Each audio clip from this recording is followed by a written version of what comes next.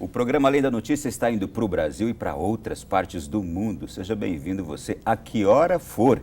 Obrigado por estar nos acompanhando. Estamos falando hoje sobre violência em nosso país, seus custos, e a gente terminou o último bloco falando sobre uma questão importante. Não é que a violência está presente onde há mais desigualdade social somente, ou onde há pobreza somente. A violência, portanto, é um fenômeno que está presente em toda a nossa sociedade. Como entender melhor isso? Vamos aprofundar um pouco mais isso. Então, sobre o ponto, né, Ronaldo, que você estava tratando da pobreza, acho que o professor já abordou bem isso. Eu só queria acrescentar que, assim, o que a gente vê muitas vezes nas notícias, na televisão, são locais pobres, onde aparecem muitos casos de violência. Então, ajuda, e a maioria da sociedade é pobre, né? Então, isso acaba, acho que, fortalecendo esse estigma de que a violência está associada, né, à pobreza, e isso tem efeitos perversos, né? Você tem pessoas que deixam de ser contratadas para serviço porque moram numa favela, ou seja, a pessoa já sofre, está morando numa condição difícil muitas vezes e deixa de ser contratada, né, por um empregador porque fala, não, fulano mora no Complexo do Alemão. Então, como que eu vou contratar uma pessoa assim? Então, sofre esse preconceito também. E a questão da desigualdade, né, tem algumas teorias que tratam um pouco disso, de tratar da seguinte maneira, né? Você tem bens simbólicos que são valorizados pela sociedade, né? Tem um carro, tem uma boa casa, né? Tem um tênis, e não está garantido para a sociedade os meios de adquirir isso, né? E isso não atinge só as pessoas pobres, não.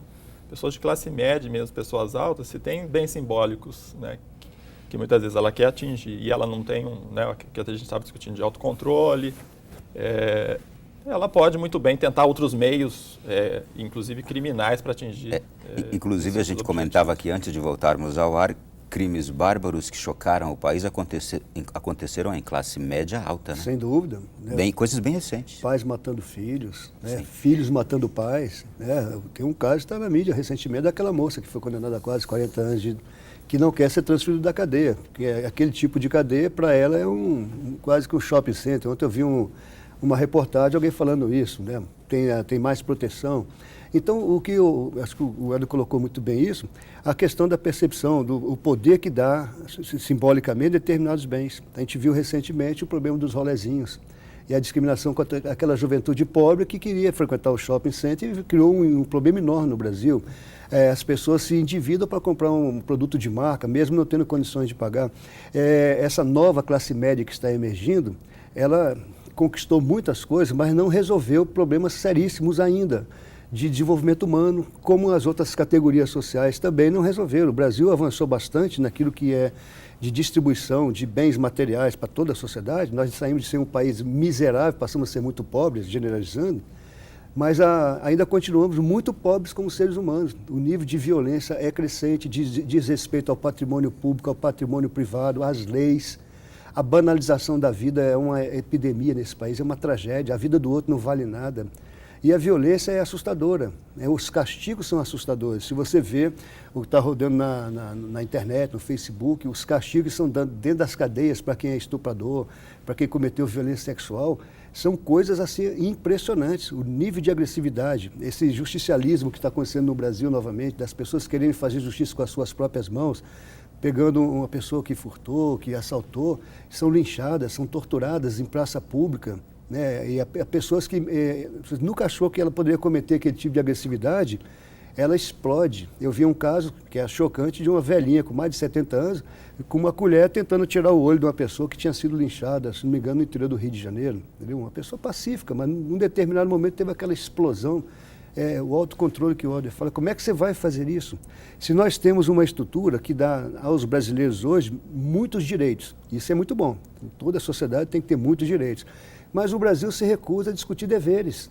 Para você garantir um direito, você tem que ter deveres, tem que ter uma contrapartida. Eu tenho que respeitar a regra, as leis, e as leis têm que ser aplicadas com justiça, não pode ser aplicada da forma que é.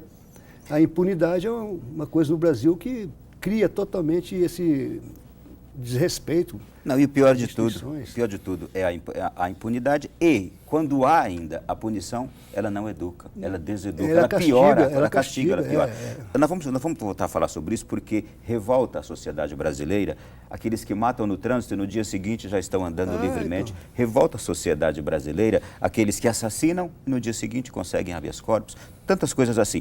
Porém, eu quero ainda me ater nesse início de segundo bloco aqui a seguinte questão. A gente está falando de origem de tudo isso, de uma pessoa pacífica que explode, de uma falta de controle. Que cidadão é esse que nós temos hoje? O que esse cidadão carece? E deixa eu entrar no tema aqui. É porque nós estamos com valores fracos ou enfraquecidos nos valores? É uma ausência de religiosidade e o quanto a religiosidade pode contribuir? É um sentido de família que ou nós estamos perdendo ou nós não tivemos esse sentido tão fortemente dentro de nós? É uma educação que sempre não foi satisfatória? Entre comigo nessa questão, por favor. Eu acho que assim, a questão da religião, ela pode contribuir para o controle, né? Na religião católica, por exemplo, né, geralmente tem uma fala pacífica. O Papa, por exemplo, está dando vários exemplos disso, né, nas falas que ele tem feito aí, pedindo paz mundial, nos conflitos entre israelenses e palestinos. Então, pode ter um papel importante. Mas a religião, às vezes, ela pode disseminar a intolerância. E isso a gente tem visto em outros lugares do mundo também, né? Pessoas sendo mortas, sendo perseguidas porque simplesmente... Aliás, hoje isso acontecendo. Isso. Eles fazem porque guerra tem uma em nome de religião, Deus. simplesmente porque a pessoa tem uma religião diferente. Uhum. Então, é felizmente no fanatismo. Brasil, né, a intolerância religiosa a gente não vê, em geral, né, assassinatos. O que a gente costuma ver, às vezes, é quebra de imagens religiosas. Já ouvi dizer de algumas favelas, né, de traficantes estarem quebrando símbolos religiosos de terreiros. Eu até diria que esta é uma prática religiosa excepcional, porque a prática religiosa é boa, Claro. não é? Sem dúvida, mas o Helder colocou E é bem. até bom vermos isso como exceção, uma exceção má que existe no campo da religiosidade. Sem dúvida. A gente vê hoje, falando globalmente, você faz guerras em nome de Deus. Uma coisa que... Como é que você vai querer fazer guerra em nome de Deus? E justificar isso.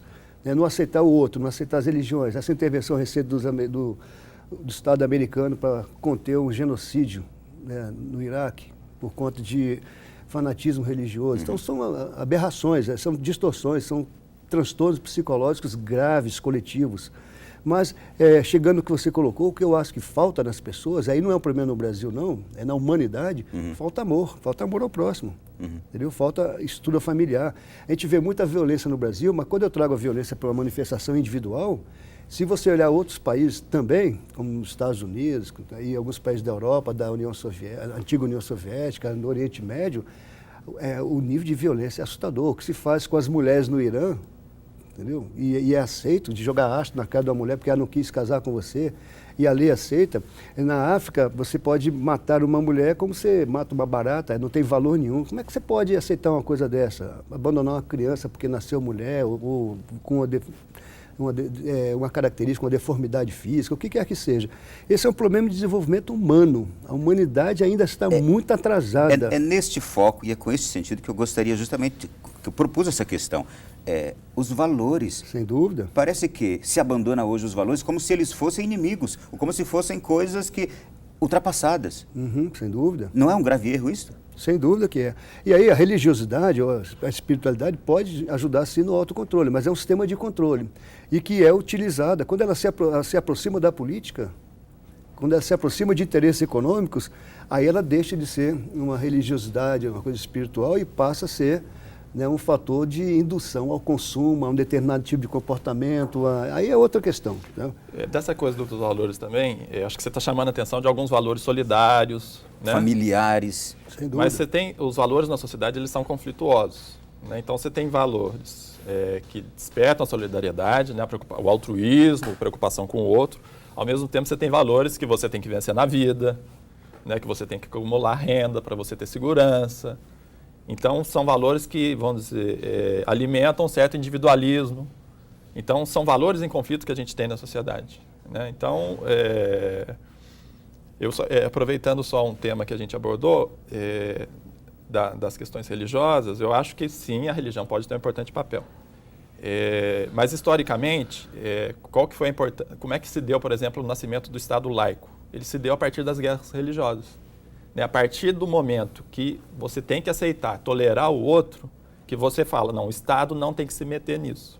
Então, o que nos choca, por exemplo, de alguns estados do Oriente Médio, quando a religião é usada como lei de Estado, que ela reprime as outras religiões existentes. Né? E católicos, por exemplo, cristãos sofrem com isso em vários países da Ásia. Né? Então, essa é a importância do Estado laico no Brasil, da gente, inclusive, fortalecê-lo. E se pudesse ter no planeta todo, seria ótimo, entendeu? Porque você tem que dar liberdade às pessoas de acreditar naquilo que elas querem acreditar, com respeito à regra, à coletividade.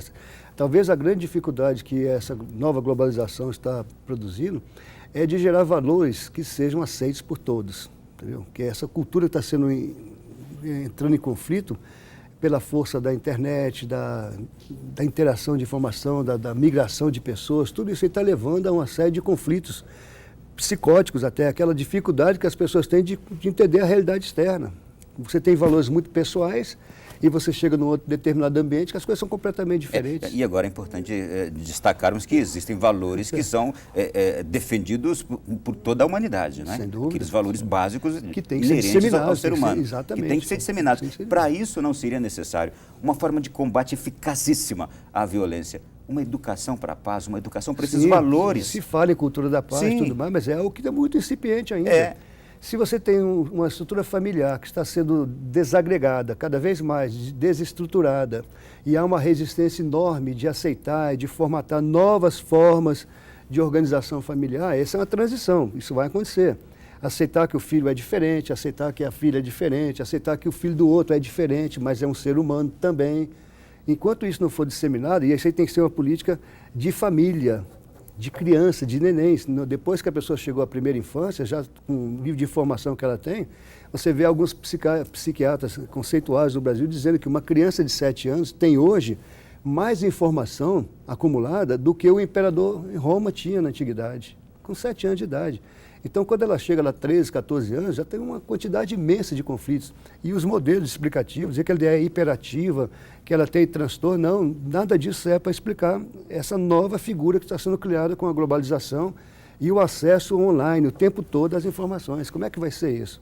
Então, são problemas muito sérios. Então, cada vez mais, na minha avaliação pelo menos, pai e mãe são necessários. Cada vez mais. Mas pai e mãe não para reprimir, para educar, para acompanhar os filhos.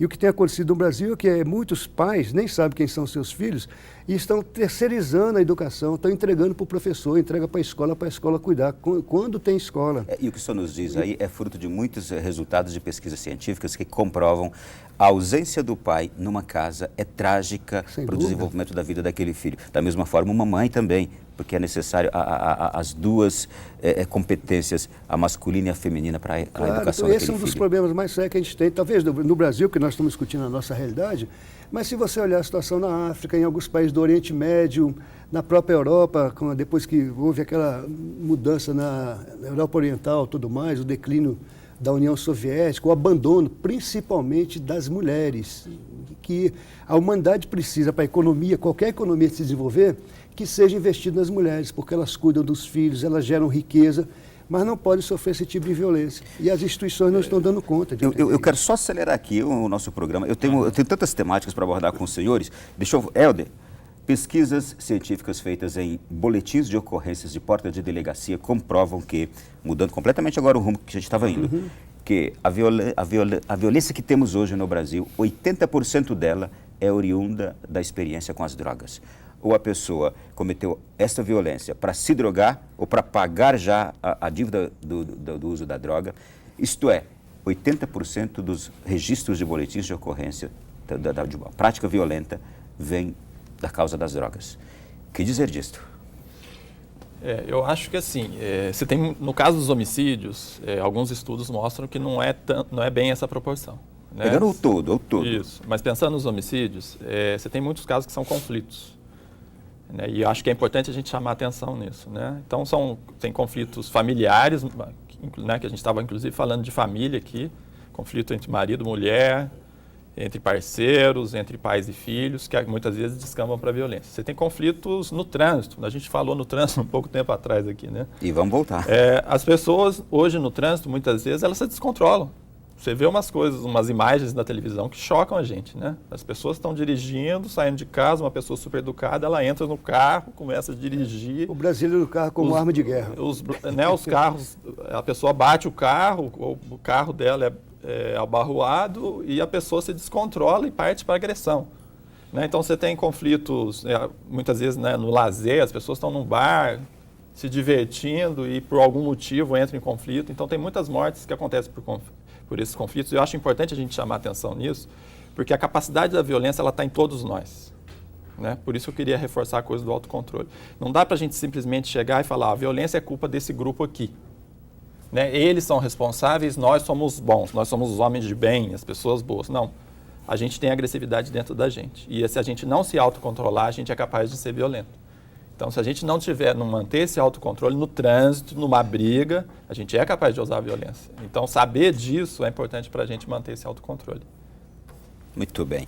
Nós vamos voltar a falar sobre isso, a questão das drogas, vamos voltar a falar sobre a questão do trânsito e também das leis, a impunidade que nós temos hoje. Tudo isso no próximo bloco, quando a gente estiver de volta com os nossos convidados.